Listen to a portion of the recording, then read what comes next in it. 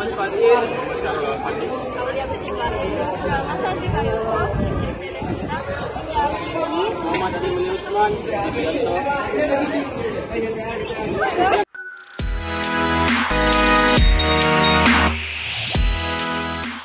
Assalamualaikum warahmatullahi wabarakatuh. Hari ini saya akan mewawancarai guru BK SMA 12 Makassar, Pak Wandi. Mengapa penting bagi kita untuk berharap kepada Allah?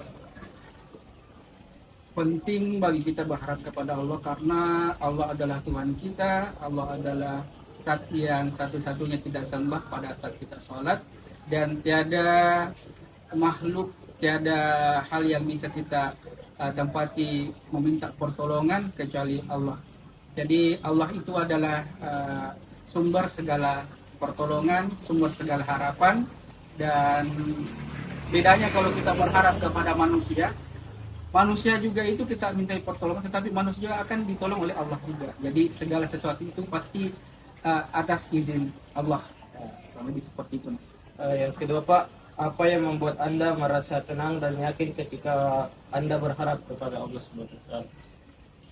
Merasa tenang dan yakin ketika kita berharap kepada Allah karena itu dia bahwa Allah berjanji bahwa manakala hamba meminta kepada aku, maka insya Allah akan dikabulkan.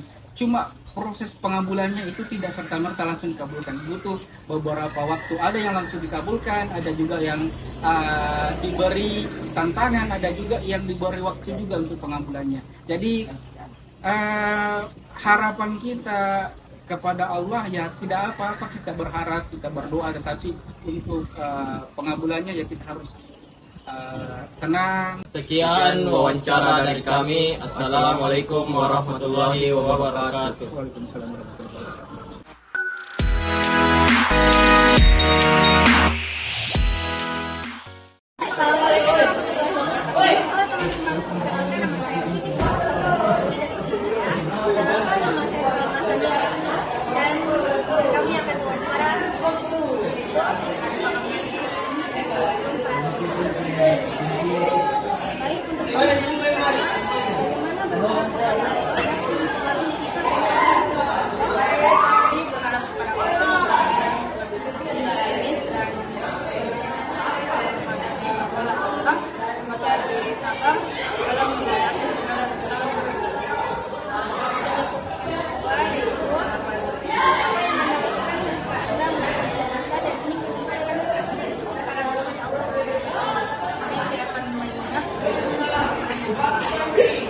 Sehingga saya akan lebih bersyukur dan menghindari kesalahan yang mungkin cuma terlibat dalam saya dan terus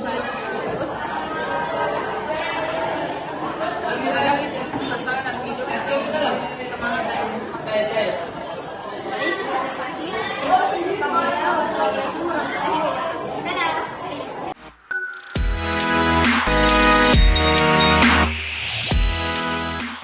Assalamualaikum warahmatullahi wabarakatuh.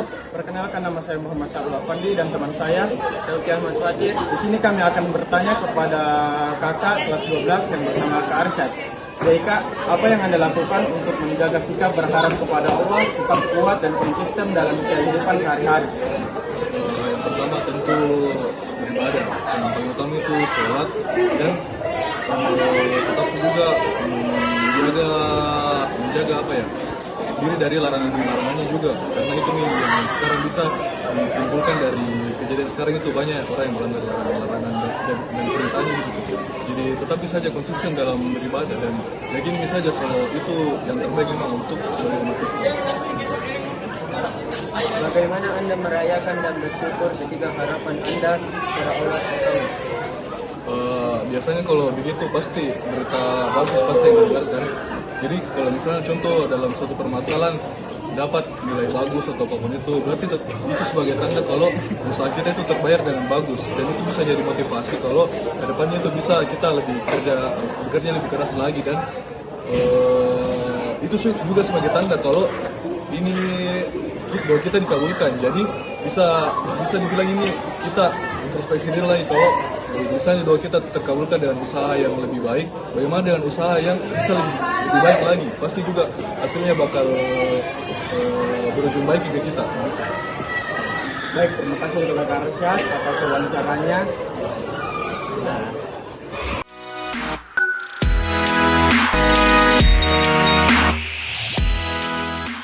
Assalamualaikum warahmatullahi wabarakatuh. Saya Indah Aprini akan mewawancarai Karenita 11 MIPA 1 bersama Aulia Agustin Bahri. Kak, bagaimana Anda menggambarkan perasaan Anda ketika harapan Anda kepada Allah terwujud? Saya ada keinginan pengen bagaimana cara gambarkan perasaan semisal keinginan baru dipandangkan ke Allah terwujud itu pasti bersyukur kita nih karena sudah dapatkan cerita itu berdoa sama Allah. Misalnya keinginan tak misalnya dapatkan nilai 100 bisa kita dapatkan pasti yang pertama itu bersyukur, mengucap alhamdulillah, mengucap alhamdulillah, bersyukur sama Allah. Kalau saya keinginan tak ternyata dimacikan, tapi semisal juga kita dapat musibah tuh bisa juga tetap alhamdulillah karena musibah itu bisa jadi ternyata rezeki dari Allah. Jangan dikirakan.